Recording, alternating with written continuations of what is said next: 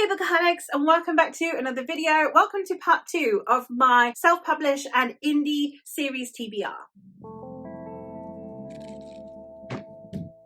I have compiled a list of books that I really want to read that are self-published. And then within that, I compiled a list of series that are out in their entirety. For those of you who don't know, I love binge reading series. So it made sense for me to have a list at the ready of series that are self-pub that I can binge. Treat them the same way as I've been treating traditionally published books. Therefore, since I've made this list, made the decision to share it with you. I do have part 1, which I will leave linked in the description and in the cards in case you want to check it out. But if you've already checked that out, or if you're just interested in the second half of the video for some reason, then hi, welcome. This is going to be me going through another 10 series that are on my TBR that I am really excited to be getting to. And then I also, in this video, have 3 series that I am interested in, but that for some reason either contain a buzzword that isn't normally to my liking, outside of my usual comfort zone. There is some reason that I am excited for them, but I want to only try one book, and I'm not hugely fussed about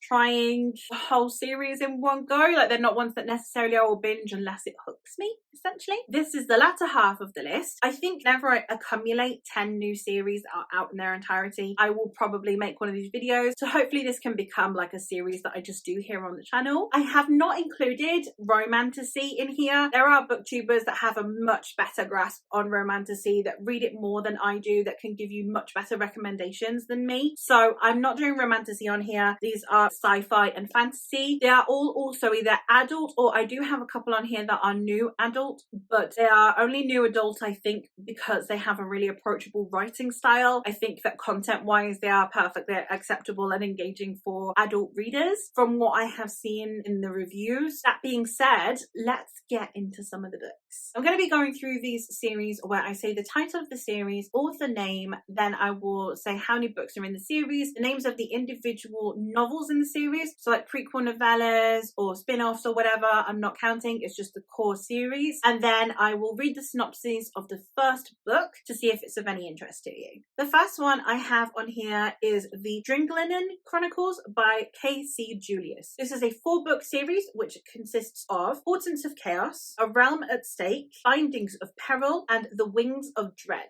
Step into an epic world of sword and sorcery, intrigue, and betrayal. The realm of Dringlinen hangs poised on the cusp of chaos. For Yerlian Coninger, the High King, is dying and has yet to name an heir. Rumours abound that the Helgrins, Dringlinen's bitterest foes, are preparing their longboats to raid the Isle's shores, while the rovering Al-Lavari folk, from whom the island kingdom is the last sanctuary, are strangely disappearing. And in distant Bellistar, the fabled dragons are stirring from their self-imposed exile. Dringlinen's hopes lie with the wizard Morgan, who must gather together and safeguard the king's possible heirs, all 3 of whom are coming of age. Yet a dangerously powerful house seeks the succession for one of their own, even if it means disrupting the fragile peace of the realm. One thing is certain: whoever next sits on the Einhorn throne will determine the fate not only of Dringlinen, but all who dwell in the known world. Next, I have the Kingfall Histories by David Estes. This is a 5-book series which consists of Kingfall, Dragonfall, Maidfall, Nightfall, and Endfall. Be bright, but do not burn. Embrace the darkness, but do not live in the shadows. The powerful Godblades were believed to be lost nearly half a millennium ago, when the Gods' War ended. Now, however, one has been found by the unlikeliest Samson Guard, a sheltered prince who's been told he'll never rule Taravainen. As his power grows, the only question is whether he controls the blade or the blade him. With an insidious evil lurking in the shadows, the answer may very well determine the fate of Kingfall.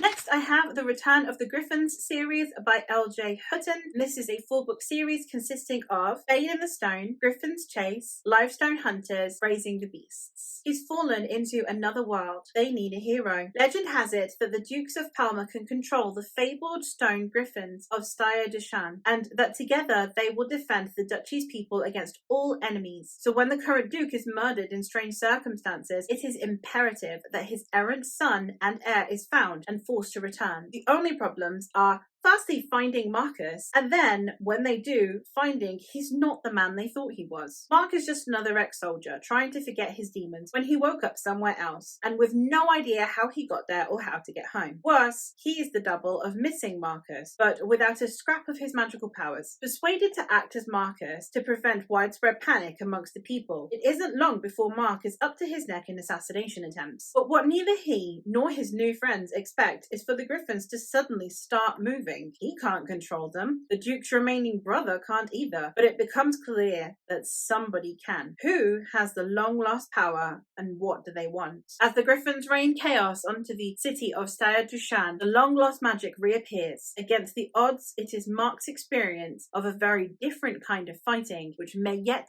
avert disaster. Next, I have The Aspect, Volume 1 by Mark Holloway. This is the first trilogy in a series of series, like an extended universe. And this series consists of The Soul's Aspect, The Soul's Instrument, and Chaos Risen. A healer is forced to become a killer for an empire that would grind his country to dust. Callum, the sickly son of a widowed physician, has devoted his life to learning his father's craft. Wanting to finally step out of his father's shadow, he embarks on a project of his own, seeking out the help of Themia, the town's newly arrived alchemist and a rare wielder of magic. But Themia has secrets of her own, secrets carried from the heart of the Empire itself, secrets that would steal Callum away from his home and into the Empire's Academy for magic users. The Isael Academy beckons, but can Callum survive the Academy and its brutal regime? And if so, what would he have to become? Next, I have The Famine Cycle by J.D.L. Russell. This is a trilogy that consists of Whispers of Ruin, Echoes of Chaos, and Requiem of Silence. A trader of secrets, a king's demise before his time, the dragon god threatening to consume the world. In a city divided by schemes and treachery, Ariane the Finch is a penniless commoner scrapping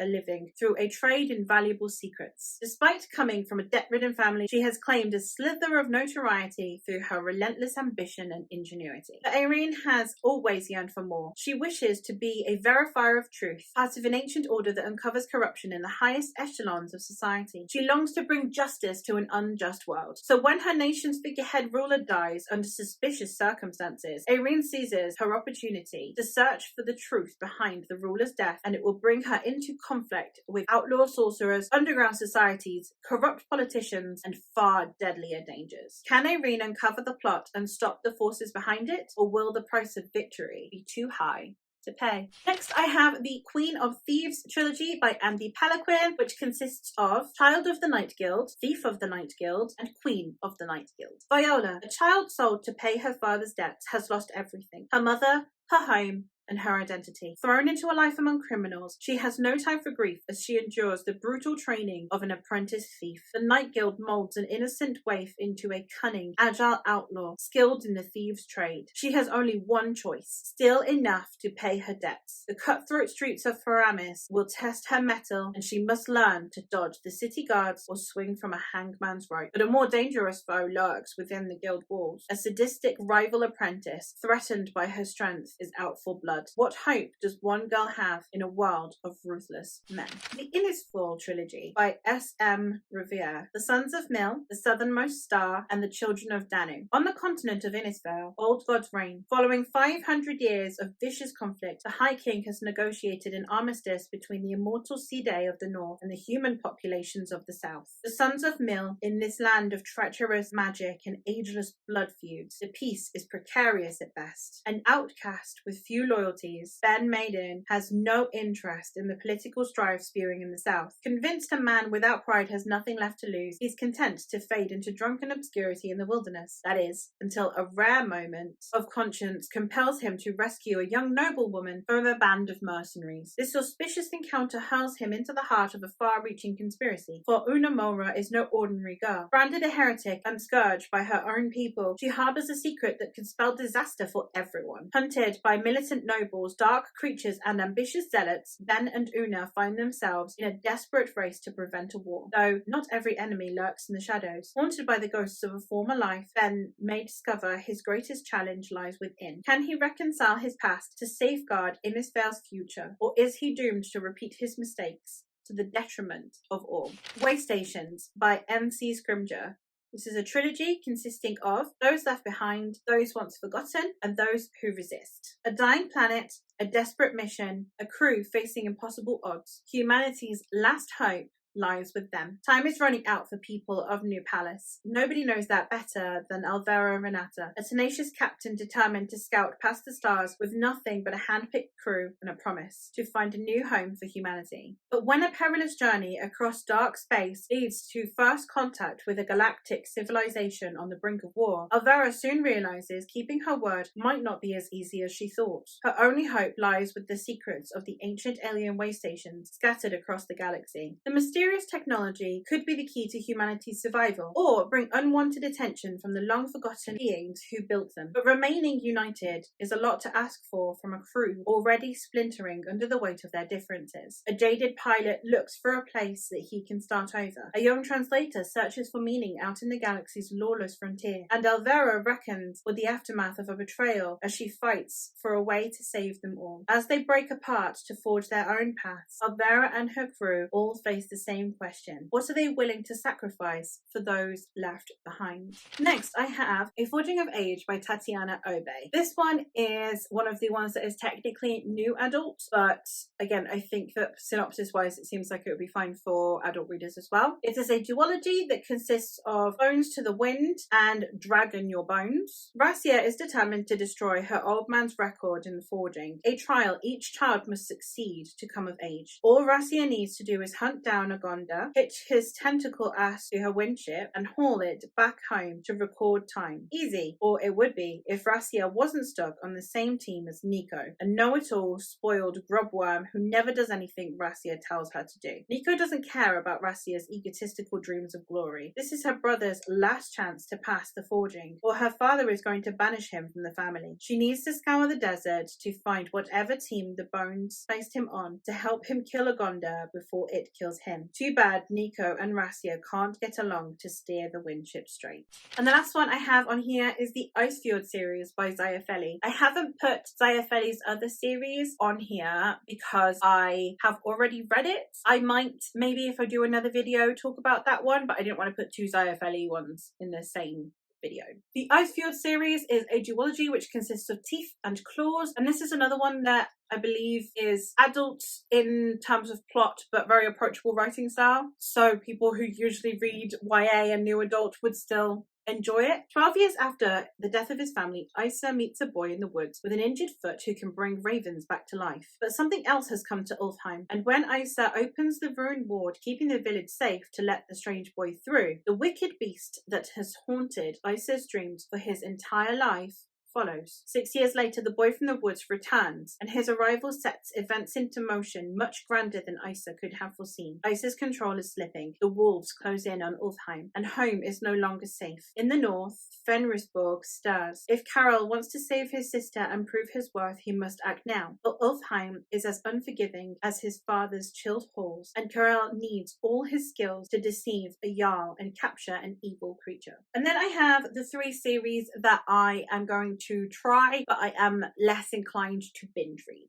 The first of these is Ash and Sand by Richard Neal. This is a trilogy that consists of Kings of Paradise, Kings of Ash, and Kings of Heaven. A deformed genius plots vengeance while struggling to survive. A wastrel prince comes of age, finding a power he never imagined. Two worlds are destined to collide. Only one can be king. Bruka, called a demon at birth, is a genius. Born malformed and ugly into the snow-covered wasteland of the Ascom, he was spared from death by his mother's love. Now he is an outcast, consumed with hate for those who have wronged him. But to take his vengeance, he must first survive. Across a vast sea in the white sand island paradise of Shrikon, Kale is fourth and youngest to the Sorcerer King, and at 16, Kale is a disappointment. As the first prince ever to serve with low-born marines, Kale must prove himself and become a man, or else lose all chance of a worthy future and any hope to win the love of his life. Though they do not know it, both boys are on the cusp of discovery. Their worlds and lives are destined for greatness or ruin. But a changing world where Ash meets paradise, only one can be king. This one is only on this part of the list because this character who has like deformities could be like Glocta, or they could be like the protagonist of the first Shattered Sea book by Joe Abercrombie, and depending which way it swings, I'm going to really like this series or I'm going to really hate this series. So I'm not putting the whole one on my TBR. I'll just try this one, see how I like the character. If I like them, then I will binge the series. If I don't like the character, then I'll DNF with it. The next one I have is Low Country by Morgan Shank. This is a trilogy that consists of a low country, a savage country, and a silent country. Everyone went to hell in the first week. After 4 years on the road, Charlotte was looking forward to settling down and trying her hand at a steadier occupation. When claws raid her town and take her lover Ren, she knows it's time for action. She's tired of running. Now she'll take a stand. To do this, she'll have to follow the claws across the Tablelands. This is a land of bandits, mages, and monsters. If she wants to travel this country and rescue Ren, she'll need help. An army of watchmen would be nice, maybe even a drug cartel. However,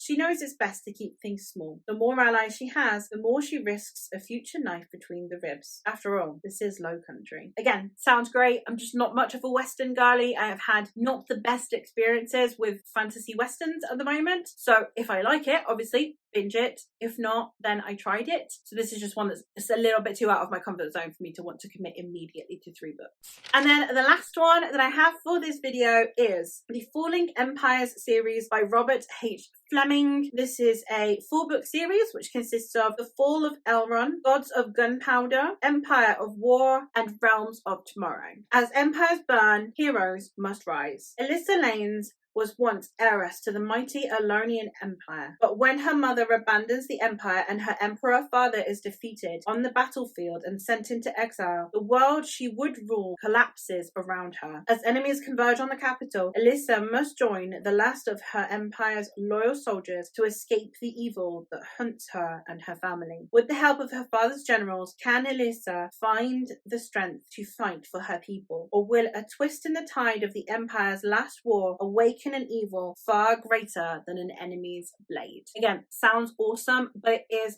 flintlock fantasy. I haven't tried very much flintlock fantasy, so I don't know where I'll fall on it. I don't particularly like gun battles or gun conflicts, so I don't know how I'll fall on it. That's basically the reason that this is on this list. It's like, sounds amazing, but also I'm not sure if it's my genre or not, so I'm probably not going to go buy all of the books until I've read one of them. But that's my list. So thank you ever so much for watching. I hope that you have found some recommendations, and hopefully if you've read any of these series, you'll hype them up for me down in the comments. And yeah, let me know if you think I've missed any from this one or from the first video if you've checked it out. I'm always on the hunt for a complete series because I love binge reading. So yeah, let me know if there's one that's going to complete very soon or that has concluded and I've just completely missed. And yeah, that is all from me for today. So thank you ever so much for watching, and I'll hopefully catch you in another one soon.